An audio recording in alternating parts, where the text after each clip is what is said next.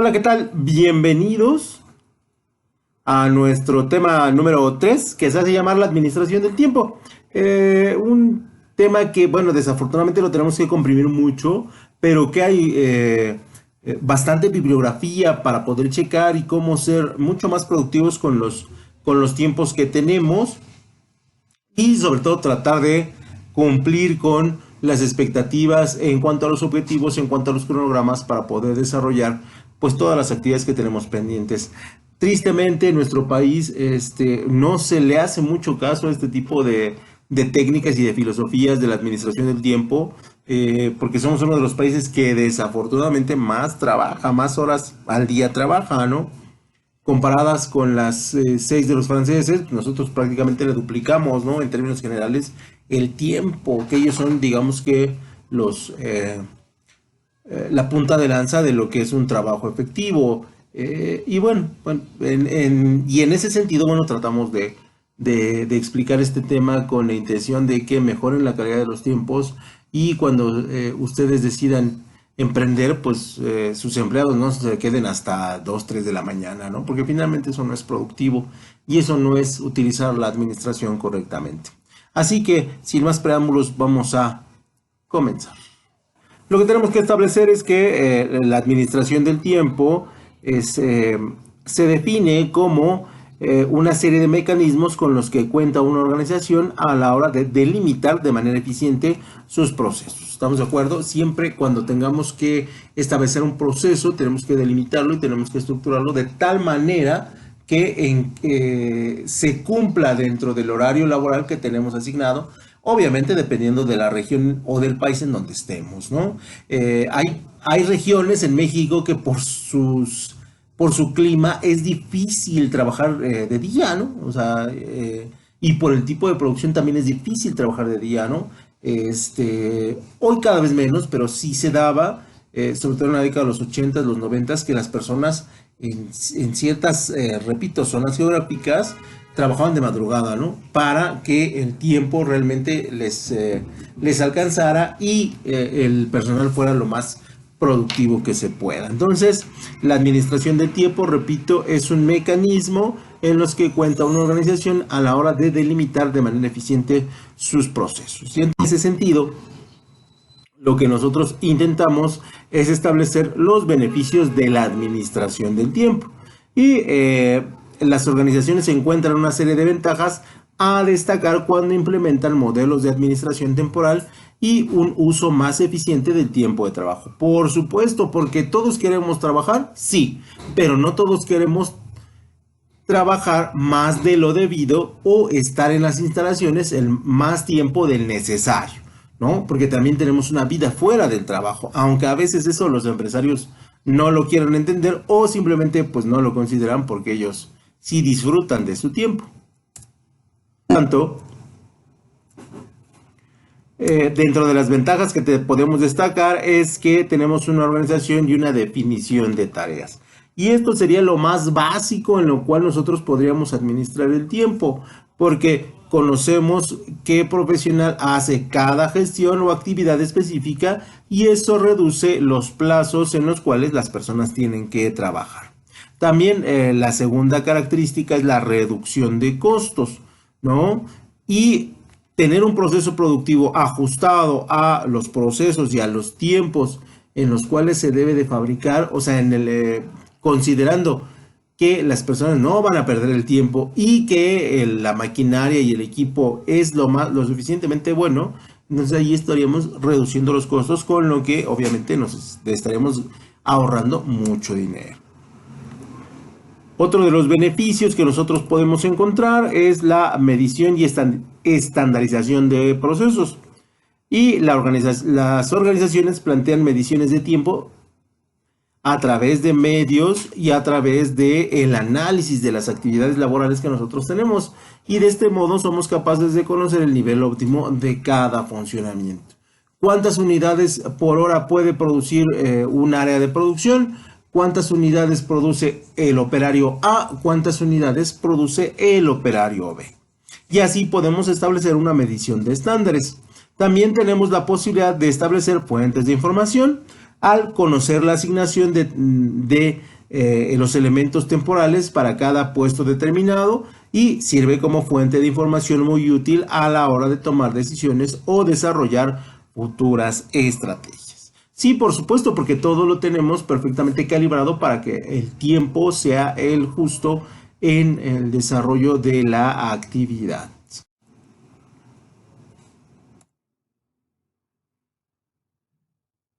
Y ya ahorita dejaríamos las ventajas de la administración del tiempo y pasaríamos a lo que nosotros conocemos como la matriz de la administración del tiempo. Y esta matriz, más que llevarla a la práctica como tal, yo diría que es una técnica que nosotros podemos desarrollar en cualquier momento, considerando las aportaciones que se desarrollan en su formato, ¿no? Y la matriz de administración del tiempo consiste en un gráfico basado en dos ejes que separan tareas específicas en niveles de urgencia e importancia, determinando a través de una serie de criterios, ¿no? Aquí vamos a determinar a través de una serie de criterios qué nivel de urgencia y de importancia tiene la actividad que nosotros queremos desarrollar. La matriz de administración del tiempo fue creada por Darwin D. Hisworth, y que por cierto fue presidente de los Estados Unidos, y él establece que es una herramienta que no solo trata la gestión del tiempo, sino que también maneja la atención que se debe poner a cada actividad. Y disculpen si mi inglés es un poquito feo, pero de antemano pido una disculpa. Y entonces, sí, esta matriz del tiempo nos ayuda muchísimo a establecer lo que es importante, lo que es prioritario, y a través del tiempo se ha ido mejorando, se ha ido perfeccionando y se ha ido puliendo. Aunque nosotros vamos a ver el modelo original. Y entonces, en ese sentido, establecemos el primer punto. Y en el primer punto establecemos lo importante y urgente, ¿no? Y el criterio a considerar aquí es la crisis o inmediatez del evento o situación que queremos analizar. Y se toma en cuenta la tarea que se ha vuelto crítica a consecuencia del plazo que se tiene para desarrollarse. Y entonces aquí, si algo es importante o algo es urgente, depende de la consecuencia del plazo, del tiempo que tenemos para entregarla. Desafortunadamente, muchas empresas administran así, con criterios de importante y urgente, donde todo es para el día anterior, ¿no? Y donde solamente someten a una excesiva presión a sus diferentes trabajadores. Es por ello que pues no es tan recomendable, pero si hay momentos en que la premura es el factor preponderante, entonces nosotros lo determinamos como importante o como urgente, ¿no? Aunque no es el mejor de los casos, ¿no? Siempre trabajar con esta idea. En el punto número 2 tenemos lo importante y no urgente, donde son aquellas tareas que, si bien son importantes, se desarrollan a largo plazo y no poseen una fecha crítica para cumplirlas. Esto se determina gracias a la organización y a la inversión de tiempo que se le ha brindado. O sea, tenemos algo que es para 365 días que tenemos que concluir, pero que nosotros debemos dosificar en periodos tal vez mensuales, tal vez bimestrales, tal vez trimestrales, donde es importante, pero no es urgente. En este caso, bueno, cualquier inversión a mediano plazo entraría en esta categoría, ¿no? Pero no todo puede, desafortunadamente, no todo puede ser importante, no urgente. ¿Sale? Entonces aquí tenemos ya dos variables. La primera, que es importante y urgente, que depende del tiempo, y la segunda es de importante y no urgente, que también depende del tiempo, pero extendido. Luego tendríamos el número 3, que es no importante y urgente. Y aquí es donde ya nos empezamos a complicar. Aquí se establecen aquellas actividades rutinarias que son urgentes, pero que no tienen un nivel de trascendencia mayor a través del tiempo. Y en aquellas empresas donde estamos muy mal, por ejemplo, el pago de la nómina, se considera en algo no importante pero urgente, porque finalmente sabemos que tenemos que pagar, ¿no? Y si ustedes van al departamento de recursos humanos, sobre todo, o el área de nóminas, siempre los verán apurados, porque no es importante su labor, o sea, como que nadie les hace caso, pero ellos sí están muy urgidos de pagar, ya sea en la quincena, ya sea en la semana, ya sea en la catorcena, o por ejemplo ahorita que se les viene un periodo pues muy complicado, porque tienen que pagar los fondos de ahorro en caso que los den, el aguinaldo, en algunas empresas que totalmente cierran, que son las vacaciones, y bla, bla, bla, bla. Y entonces y bueno, evidentemente la semana o la quincena. Y entonces ahí se hacen un lío, ¿no? Y aquí ellos hablan, bueno, ese ejemplo es de no importante y urgente. Claro que si le preguntas a la persona, todo va a ser urgente y todo va a ser importante, pero nosotros lo vemos desde el punto de vista de la gerencia. No lo olviden, esa es nuestra óptica para establecer estos criterios. Y en el número 4 y último es lo que no es importante y no es urgente, ¿no? Por ejemplo, poner los arreglos de Navidad no es importante, no es urgente, pero se tiene que hacer porque forma parte de la actividad cultural, social y emocional de los trabajadores. La fiesta del 12 de diciembre, el Día de la Virgen de Guadalupe, no es importante y no es urgente, pero la tenemos que hacer porque forma parte de la sociología de los trabajadores o de una gran mayoría de los trabajadores. Los únicos criterios a evaluar aquí están relacionados con el ocio y el entretiempo, ¿no? O sea, que tienen que ver con las fechas, ¿no? Que nosotros estamos pasando. Por ejemplo, estas dos que les decía, la llegada de la Navidad o la llegada del 12 de diciembre o la cena de fin de año, que son elementos que no son importantes, ¿no? Porque muchos de los trabajadores no quieren estar ahí, ¿no?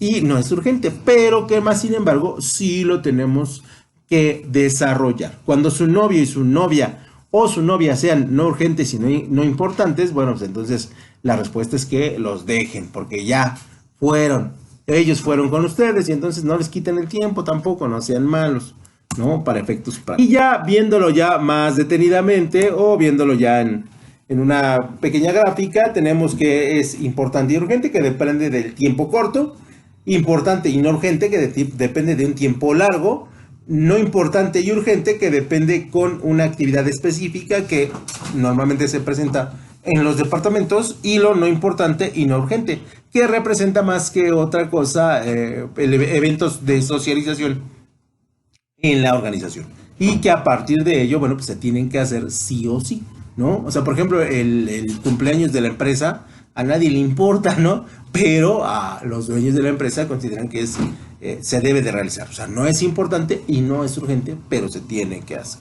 Y entonces ustedes deben de practicar a partir de los eventos o las situaciones que están pasando para determinar si la situación que están pasando es importante y urgente, es importante y no urgente, es no importante y urgente y no importante y no urgente.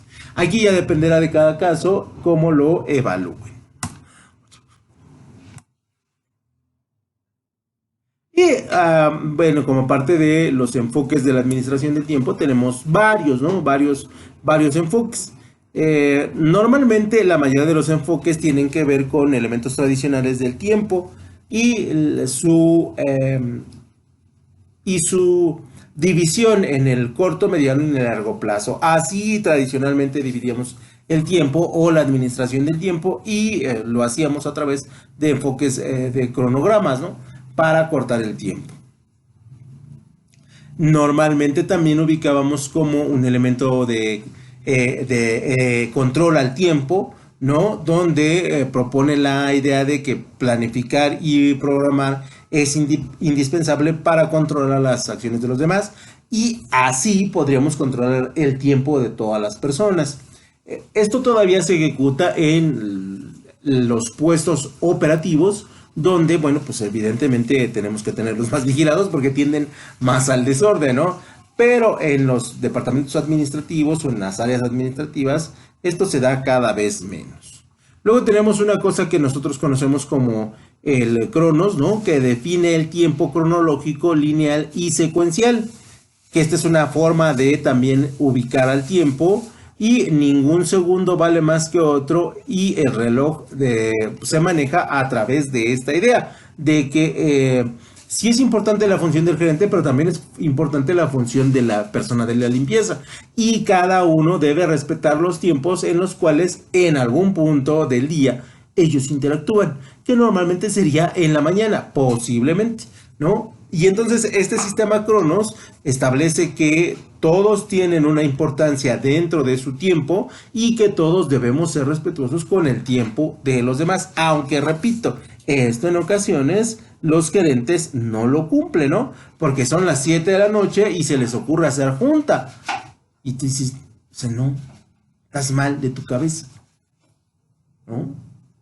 Porque, y ahí empezamos con los detalles de un buen liderazgo, porque no estamos considerando a la gente que tal vez vive a 2 horas de camino, porque no estamos considerando a la madre soltera que por ahí trabaja con nosotros, porque no estamos considerando al padre soltero que posiblemente está por ahí, porque no estamos considerando si es día de quincena y a lo mejor se van a ver con su pareja para ir a cenar. Y entonces este sistema Cronos tiene sus ventajas, pero depende mucho su eficiencia del conocimiento que tenemos del equipo de trabajo. Si nosotros no consideramos el equipo de trabajo, entonces el sistema Cronos no funciona. También podemos administrar del tiempo a través de los valores, ¿no? Donde yo establezco qué es más importante para los trabajadores, su trabajo o su familia o su tiempo personal. Y muchas veces, bueno, pues en el afán de ser productivos, yo determino que lo más importante es su tiempo en la empresa, que no necesariamente es el mejor. Y luego tenemos la administración, donde el modelo tradicional se ocupa de la administración, no de liderazgo, sino de la administración de establecer rutas previamente planeadas, de establecer modelos organizacionales donde los procesos son muy rígidos, establecer direcciones o gestiones administrativas también muy rígidas, donde prácticamente las personas están produciendo todo el día, aunque no necesariamente produzcan bien. Y luego tenemos el método o los métodos del modelo habitual de manejar el tiempo a través de la experiencia y a través de la intuición, ¿no? Pero estos no son modelos que realmente estén tecnificados, así que van más a la intuición de la persona y a la buena voluntad que tenga la persona para analizar en qué tiempo está. Y entonces estos métodos no eran los mejores. Muchos años se administró así con estos bloques que les acabo de mencionar, pero eran los utilizados, ¿no? Incluso se consideraba que el tiempo pues no era un factor, ¿no?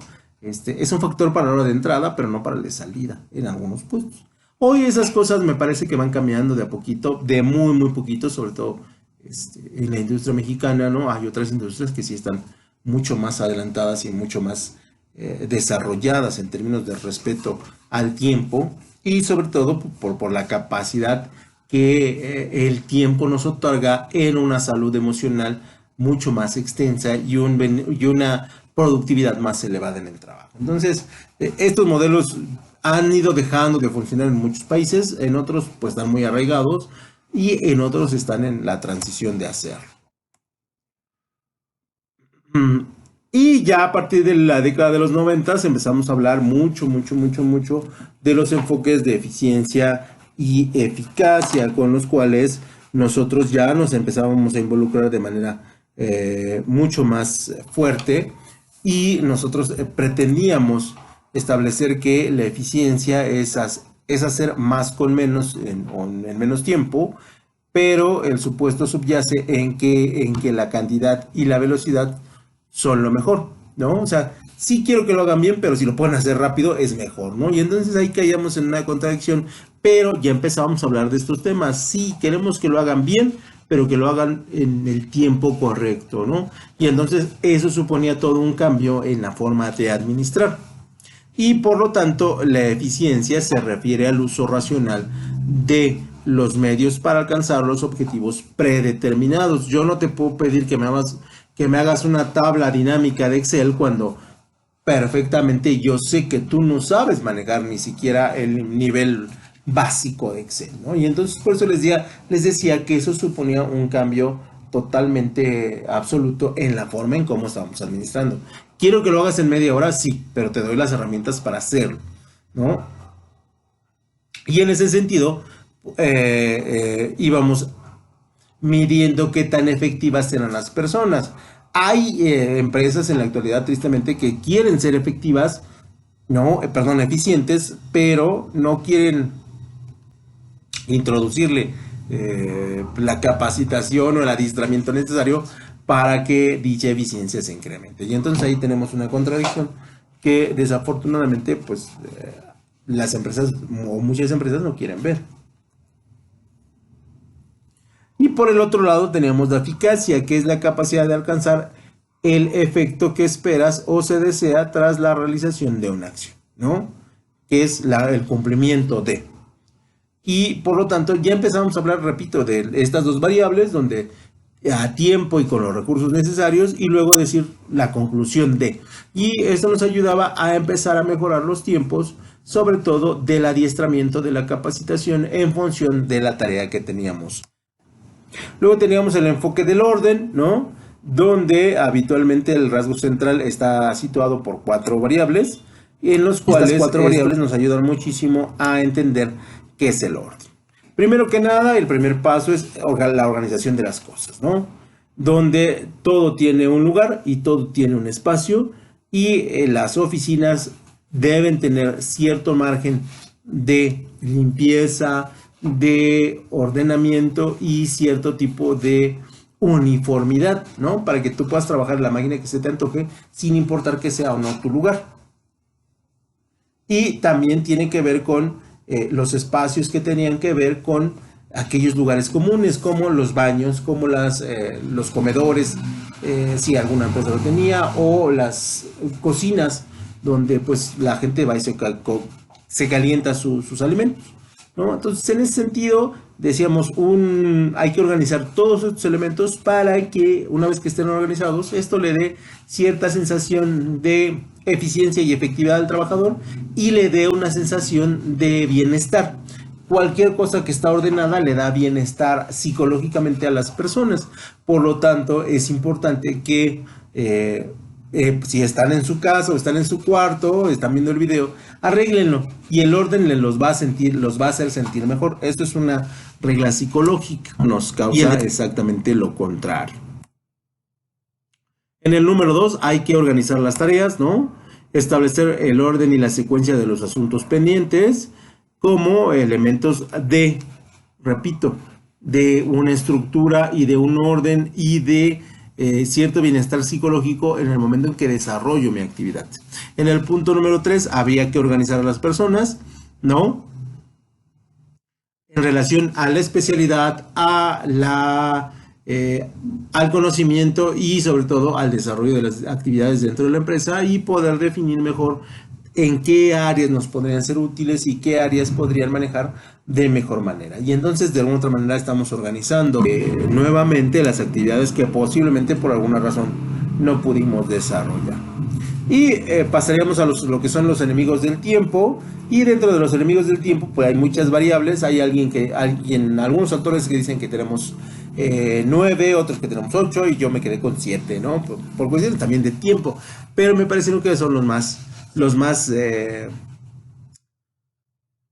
los que mejor se ajustan a la pérdida del tiempo, ¿no? Y en el punto número 1 están las interrupciones, ¿no? La interrupción es uno de los elementos que le quitan mucho tiempo a las personas, ¿no? Si alguien se acerca a platicarnos, nos roba 5 minutos, pero aparte del que nos roba 5 minutos, nos roba atención, ¿no? Y normalmente las personas empiezan a entrar en ritmo de trabajo y si tú las interrumpes, las sacas de ese ritmo de trabajo y vuelven a tardar en empezar a concentrarse de manera total y absoluta, ¿no? La gente que, por ejemplo, en las oficinas de gobierno, ¿no? Es muy dado a que la gente entre y te venda churritos y te venda chocolates y aparte ahí te hace la plática, ¿no? O las mismas empleadas que te dan el catálogo del Price Shoes y esas cosas son interrupciones que no son necesarias o que quitan muchísimo el tiempo.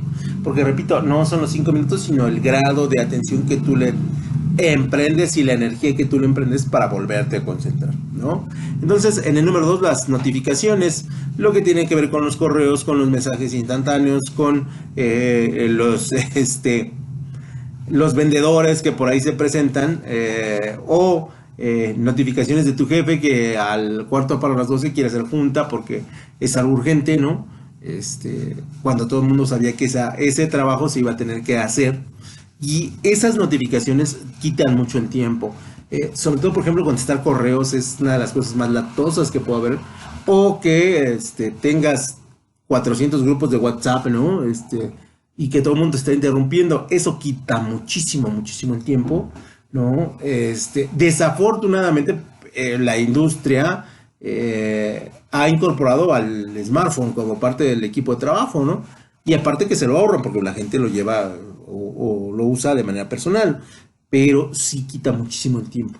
Entonces, lo ideal es que lleguen y contesten correos y contesten mensajes. Y luego de ahí se planteen un horario después de la comida para contestar correos y contestar mensajes y posteriormente, ya a su salida, contestar correos y contestar mensajes, ¿no? Pero bueno, yo entiendo que muchas veces es imposible, ¿no?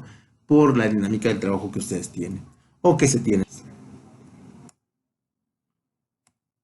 En el número 3 están las reuniones, las juntitis. Vamos a hacer junta, vamos a tener reunión, vamos a hacer junta, vamos a tener reunión.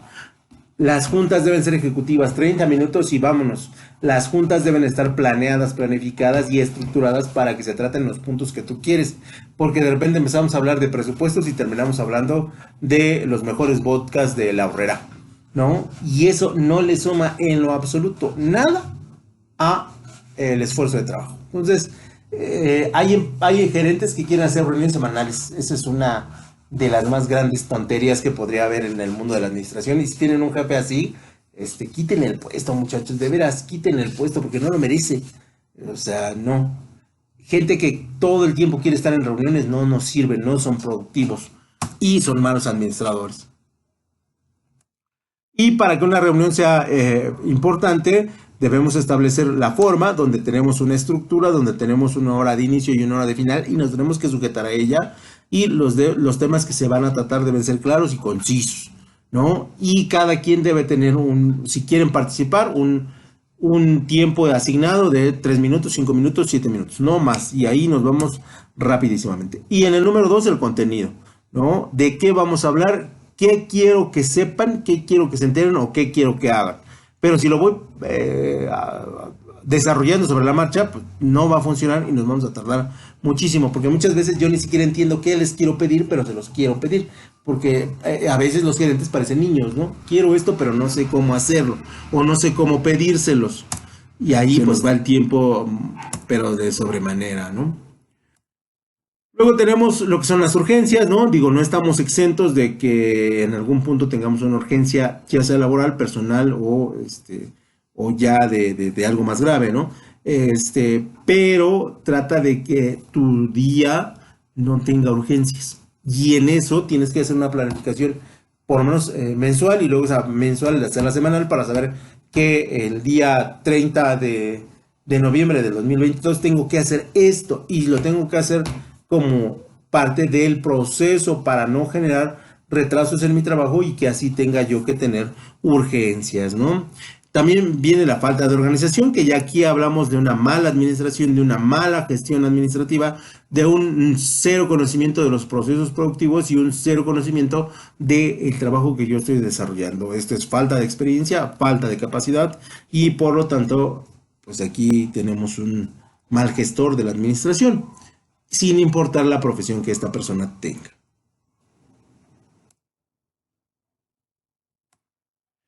Luego viene pues la flojera, ¿no? O lo que los psicólogos conocen como la procrastinación o el procrastinar, que pues no es otra cosa más que aplazar las cosas y aplazarlas porque no tengo tiempo, porque tengo flojera y porque no se me antoja hacerlo, ¿no? Y esto es, bueno, pues muy común de las generaciones nuevas que parece que nacieron cansados y viven cansados y existen cansados, ¿no? Sin el más mínimo eh, gana o el más mínimo elemento de hacer bien las cosas o de desarrollar las cosas. Y luego tenemos el número 7, aplazar la toma de decisiones. Sí, y el aplazamiento nos quita tiempo, ¿no? es sí o es no, o no sé, pero no puedes establecer, determinar que lo vas a pensar y luego lo vas a decidir, porque eso finalmente no sirve, no le aporta nada a nadie y no le va a sumar nada a nadie. Cuando el gerente tiene que tomar o el gestor tiene que tomar una decisión, la tiene que tomar ya. Punto. Y ya finalmente pasaríamos a la personalidad del ejecutivo exitoso. Cuando hablamos de personalidad, hablamos de todo, todas las capas que puede tener un individuo, desde la parte profesional hasta la parte personal, que lo hacen ser exitoso. Y obviamente cuando nosotros hablamos de exitoso, nos referimos a lo que nosotros vemos por fuera, porque pues no sabemos si la persona se siente exitosa o se siente mediocre, ¿no? Lo que nosotros vemos es que sí puede ser exitosa, que tiene la capacidad de ser exitoso, pero pues, solamente esa persona lo sabe. Y el primer rasgo de la personalidad exitosa es el liderazgo. Un liderazgo, el que es líder tiene una personalidad exitosa y todos lo van a seguir y todos lo van a buscar y todos van a querer consejo de él. Entonces ese es el primer rasgo que nosotros tenemos que identificar, ¿no? Ya hay muchos estilos de liderazgo, ya dependerá del tipo de la industria, del tipo de personal, si somos un líder carismático, somos un líder creativo, si somos un líder estándar, pero forzosamente tendremos que llamar la atención. El segundo rasgo de un ejecutivo exitoso es la evaluación de riesgos. Yo como gerente, yo como director general, yo como líder de la empresa, evalúo constantemente el riesgo de la toma de mis decisiones o de la toma de decisiones de toda la empresa. Y entonces en ese sentido puedo determinar en qué momento decirle a los dueños de la empresa, esto es un riesgo, pero pueden tomarlo y estas serían las posibles consecuencias. O decirles, ¿sabes qué? No es el momento prudente de tomarlo, yo les explico por qué y que tomamos un compás de espera para poder esperar un tiempo mejor. Por lo tanto, un ejecutivo exitoso debe saber medir los riesgos en su sector y eliminar tantas variables como sea posible para tomar decisiones rápidas y contundentes. Luego tendríamos la marca personal. Esto ya es obviamente lo que nosotros percibimos. Su estatura, su cabello, su sonrisa, el conjunto completo, cómo se viste, cómo combina su ropa, las marcas que usa, el perfume que trae, la forma de hablar, son marcas personales que hablan de cierto nivel de estatus y cierto nivel de éxito. Y luego tenemos cómo gestiona el equipo, ¿no? Si gestiona el equipo para que trabajen mucho pero se vayan en su tiempo, buen gestor. Si trabajan mucho y busca buenos salarios para sus empleados, buen gestor. Estos dos datos son fundamentales porque habla de cómo lo perciben los demás.